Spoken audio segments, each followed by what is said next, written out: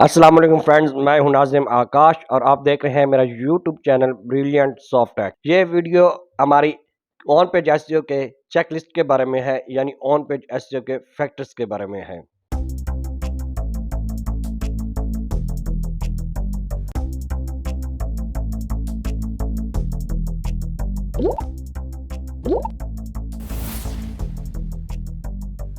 On page SEO के बहुत सारे फैक्टर्स हैं, लेकिन इस वीडियो में मैं चंद ऑन पेज एसईओ के मेन फैक्टर्स के बारे में बात करूंगा जिनका आपको इल्म होना बहुत ज़रूरी है। अगर आप ऑन पेज एसईओ कर रहे हैं किसी भी पेज की, उन फैक्टर्स का आपको जानना बहुत ज़रूरी है और वो ये फैक्टर्स बहुत ज़्यादा अहमियत के हामिल हैं। इस वीडियो में हम चंद ऑन पेज एसईओ के फैक्टर्स पर डिस्कशन करेंगे, लेकिन इसमें हम जस्ट रिव्यू तो हम डिस्कशन करेंगे, मैं डिटेल में बात नहीं करूँगा। नेक्स्ट वीडियोस में मैं वन बाय वन डिटेल पर बात करूँगा तमाम फैक्टर्स के बारे में। देखते हैं फर्स्ट फैक्टर्स कौन सा है। मैं इसको जो तरतीब दूंगा वो अपनी मर्जी से दे रहा हूँ। अगर कोई और एसईओ एक्सपर्ट इसको अरेंज करता है, तरतीब देता है कुछ और लिहाज से, तो इसमें कोई हर्ज वाली बात नहीं है। नंबर 1 पर मैं लेता हूँ मेटा टाइटल। अब मेटा टाइटल क्या होता है? आप भी सर्च इंजन में जाके जब भी कोई क्यूरी करते हैं, अब मैं एक क्यूरी करता हूँ, मैं डिजिटल मार्केटिंग मैंने एक क्यूरी किया है, तो इसके रिलेटेड मुझे बहुत सारे रिजल्ट शो होना शुरू हो गया है। तो आप ये जो देख रहे हैं, ये स्पॉन्सर्ड का मतलब है, यानी ये पेड इन्होंने कैंपेन रन की हुई है। ये आप देख रहे हैं ब्लू रंग में एक हेडिंग आपको नजर आ रही है, इसको मेटा मेटा टाइटल बोला जाता है। मेटा टाइटल का क्या काम होता है? मेटा टाइटल आपके कंटेंट की जो डिटेल होती है उसको शो करता है कि आपका कंटेंट किस चीज़ के रिलेटेड है। मजीद इस पर हम नेक्स्ट वीडियोस में बात करेंगे कि मेटा टाइटल कैसे लिखना चाहिए, कैसे होना चाहिए, इसकी लेंथ कितनी होनी चाहिए। नेक्स्ट हम फैक्टर्स की बात करते हैं। Meta description. अब मेटा डिस्क्रिप्शन क्या होता है?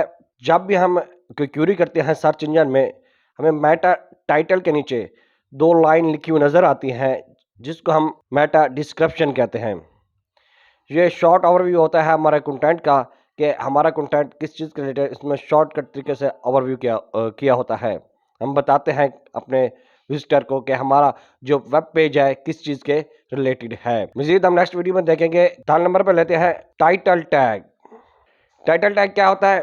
टाइटल टैग जो भी, यानी टाइटल से आपको वाज़ा भी हो रहा है उन्वान। टाइटल टैग आपके वेब पेज का उन्वान शो करता है, टाइटल शो करता है। टाइटल टैग को कुछ इस तरह से कोडिंग में शो किया जाता है।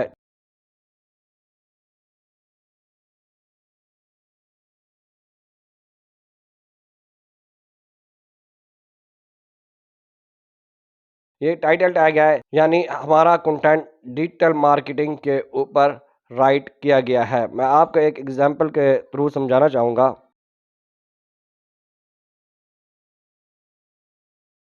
ये मैंने एक वेब पेज ओपन किया है, इसको मैं इंस्पेक्ट करता हूँ।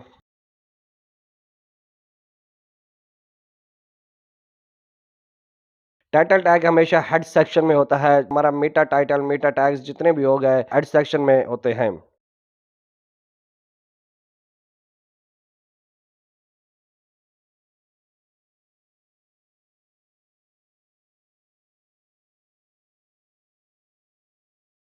ये देखें, ये टाइटल लिखा हुआ है, what is digital marketing Mailchimp. जो भी क्रॉलर आएगा, जिस भी सर्च इंजन का क्रॉलर आएगा, वो इस टाइटल टैग से उसको ये मालूम होगा कि हमारा ये वेब पेज किस चीज के रिलेटेड है। नेक्स्ट वीडियो में मजीद इस पर डिटेल में बात करेंगे। हम चलते हैं नेक्स्ट टॉपिक की तरफ, यूआरएल ऑप्टिमाइजेशन। हम वेब पेज बनाते हैं, जो हमारा कंटेंट होता है का जो लिंक होगा, लिंक को यूआरएल बोलते हैं। परमा लिंक और यूआरएल में ना ये थोड़ा सा डिफरेंस होता है, लेकिन जो हमारा यूआरएल बनेगा और यूआरएल आपका फ्रेंडली होना चाहिए, यानी जो भी आपने टॉपिक लिखा है, जो भी आपने कंटेंट राइट किया है, वो फोकस कीवर्ड, जिस टॉपिक पर आपने कंटेंट राइट किया है, वो फोकस कीवर्ड आपके यूआरएल में आना चाहिए। और यूआरएल आपका बहुत ज़्यादा लॉन्ग नहीं होना चाहिए, नॉर्मल होना चाहिए, आपका इतना बड़ा लॉन्ग नहीं होना चाहिए। हमने डिजिटल मार्केटिंग हम सर्च करते हैं। हम ये लिंक आ रहा है, इसको हम ओपन करते हैं। ये देखें, मेन वेबसाइट का लिंक है वो आपको शो हो रहा है। इसके नेक्स्ट जो आपको ये नज़र आए इसको परमा लिंक कहते हैं। और ये देखें आपका टोटल यूआरएल जो मुकम्मल यूआरएल है आपके कंटेंट को प्रॉपर तरीके से डिस्क्राइब कर रहा है कि ये हमारा पेज किस चीज़ के रिलेटेड है। ये नहीं होना चाहिए कि आपने कंटेंट लिखा हो व्हाट इज डिजिटल मार्केटिंग और आपका ये यूआरएल में कुछ और राइट होना चाहिए, डिजिटल मार्केटिंग में कुछ और ही लिखा होना चाहिए, तो वो आपके कंटेंट को शो नहीं कर रहा होगा जो कि हमारे एसईओ के लिए एक बैड इम्पैक्ट होगा। मज़ीद डिटेल में बात नेक्स्ट वीडियोस में करेंगे। अब हम चलते हैं हेडिंग्स की तरफ। जैसा कि आपको सबको पता है कि 6 टाइप की हेडिंग्स होती है, H1, H2, H3, H4, H5 और H6।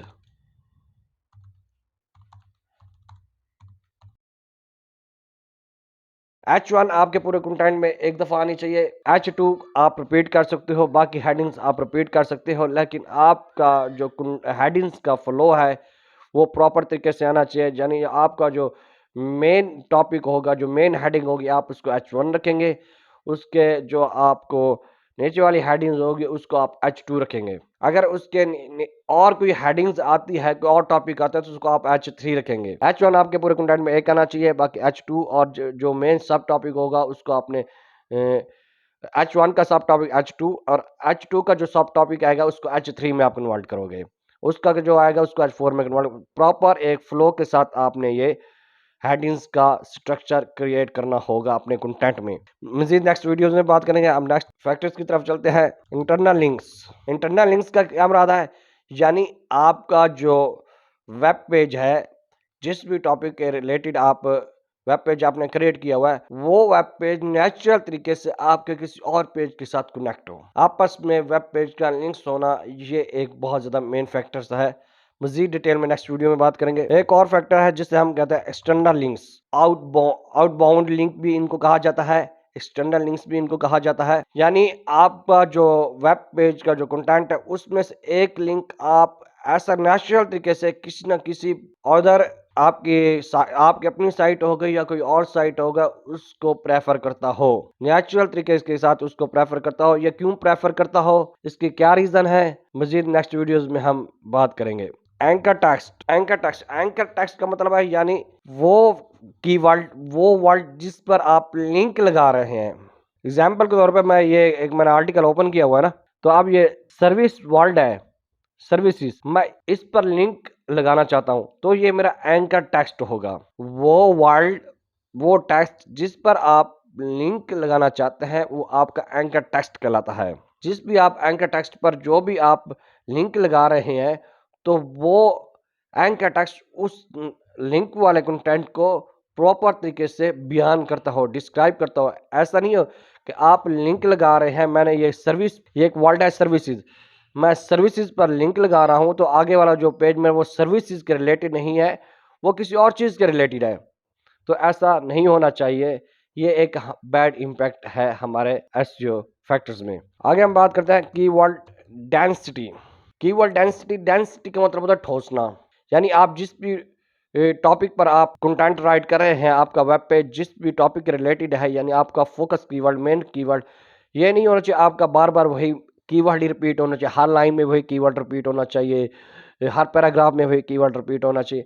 ऐसा बिल्कुल नहीं होना चाहिए। ऐसा महसूस होगा कि आपने बस वही कीवर्ड ही लिखा हुआ है और कुछ उस आपके कंटेंट में कुछ है भी नहीं। वो कीवर्ड का बहुत ज़्यादा इस्तेमाल ज़्यादा हो जाएगा, जिसको हम कीवर्ड डेंसिटी कहते हैं, यानी उसकी कीवर्ड डेंसिटी इंक्रीज हो जाएगी।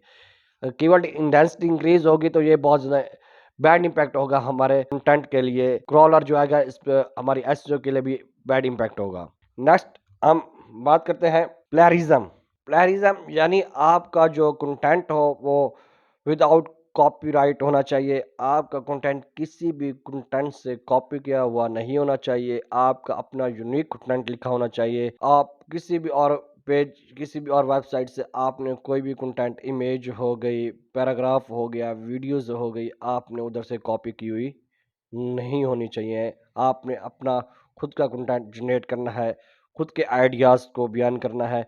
किसी का आइडियाज़ को, किसी की चीज़ को आपने कॉपी नहीं करना। 11 फैक्टर हम लेते हैं ग्रामर। आपका जो भी कंटेंट आपने राइट किया वो आपका कंटेंट उसकी ग्रामर आप बिल्कुल ठीक होने चाहिए। यानी अगर आपकी ग्रामर ठीक नहीं है तो उसकी रीडेबिलिटी ठीक नहीं होगी। रीडेबिलिटी ठीक करने के लिए हमारी ग्रामर ठीक होनी चाहिए कि ये नहीं हो।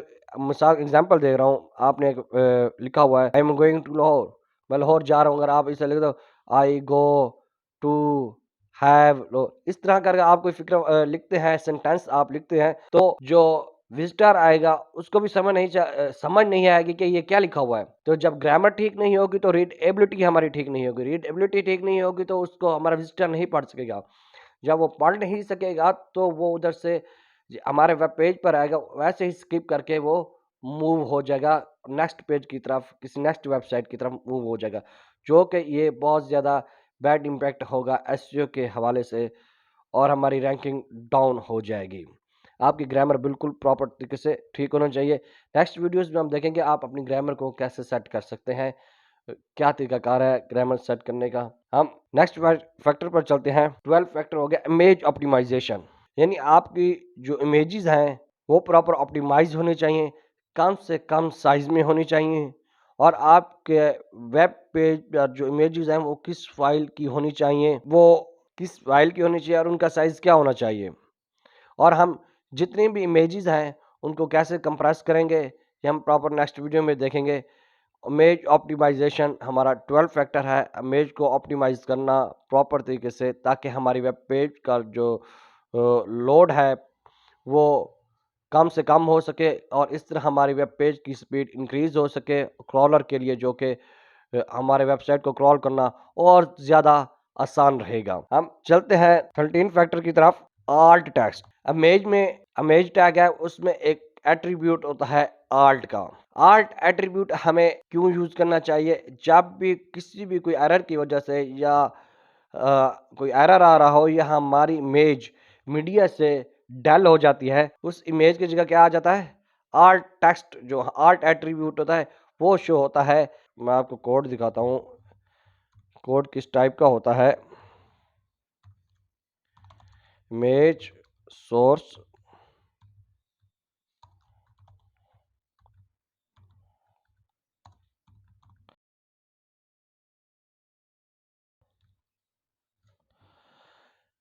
ये हमारी जो इमेजेस हो गई, इमेज जो हमारी भी पुट होती है उसका कोड बैकएंड पे ये होता है। सोर्स में यानी इधर इमेज का लिंक होता है जहां हमारी इमेज पड़ी होती है। अब इमेज का लिंक यानी इमेज हमारी डेल हो गई मीडिया से, तो इमेज का लिंक हमारा ख़त्म हो गया, उससे कनेक्शन हमारा डिस्कनेक्ट हो गया। तो इस भी इमेज की जगह पर हमने वो जो भी इमेज है, मिसाल डिजिटल मार्केटिंग के रिलेटेड हमारी इमेज है,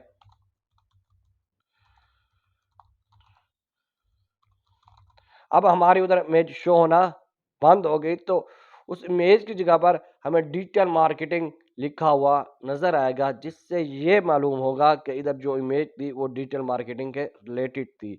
और ये एसईओ में एक मेन पॉइंट है कि आपका आल्ट टेक्स्ट होना चाहिए ताकि वो क्रॉलर को ये पता चल सके कि आपकी ये इमेज किस चीज़ के रिलेटेड है।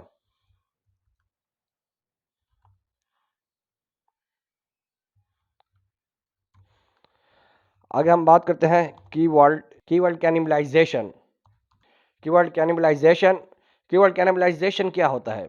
कीवर्ड कैनिबलाइजेशन ये होता है कि अगर आपका एक वेब पेज एक कीवर्ड पर रैंक कर रहा है, मिसाल के तौर पर डिजिटल मार्केटिंग पर आपका एक वेब पेज रैंक कर रहा है और एक आपका और पेज है, दो पेज है, वो भी इसी सेम कीवर्ड पर टारगेट हो रहा है या इसके साथ साथ सिमिलर कीवर्ड पर यानी रिलेटेड कीवर्ड पर टारगेट हो रहा है, तो ये क्रॉलर को जज करने में बहुत ज़्यादा मुश्किलात का सामना करना पड़ेगा कि वो उसने आपके कौन से पेज को अप करना है रैंकिंग में। आपके फर्स्ट पेज को रैंक में अप करना है या आपके सेकंड पेज को रैंक में अप करना है। इस सिचुएशन में क्रॉलर को पता नहीं चल सकेगा, वो आपकी रैंकिंग डाउन हो जाएगी, उसको प्रॉपर तरीके से पता नहीं चल रहा होगा। तो इस चीज़ को क्या कहते हैं? Keyword cannibalisation. और इस चीज़ को हम कैसे हैंडल कर सकते हैं? ये अगर हमारा कीवर्ड कैनिबलाइजेशन हो रही है हमारे, यानी एक पेज हमारा डिजिटल मार्केटिंग पर रैंक कर रहा है और एक और पेज है वो भी रैंक कर रहा है, तो इसमें हमारा कंपटीशन दोनों का ही आपस में क्या हो जाएगा? इंक्रीज हो जाएगा, आपस में दोनों का कंपटीशन में आ जाएंगे पेजेस। तो इसको कैसे हैंडल करिए? नेक्स्ट वीडियो में हम इस पर प्रॉपर हर एक जितने भी मैंने आपको 14 स्टेप्स बताए हैं मेन ऑन पेज एसईओ के, एक वीडियो में हम एक अलहदा फैक्टर्स पर मुकम्मल डिटेल के साथ बात करेंगे, डिस्कशन करेंगे कि ये फैक्टर्स किस चीज़ के रिलेटेड होता है और इसका क्या वर्क होता है। अगर आपको ये वीडियो हमारी अच्छी लगी हो तो हमारे चैनल को सब्सक्राइब कीजिए, लाइक कीजिए और कोई भी आपने कोई क्वेश्चन करना हो तो कमेंट सेक्शन मुझे आप कमेंट करके पूछ सकते हैं। मिलते हैं नेक्स्ट वीडियो में। Thanks for watching. अल्लाह हाफिज़।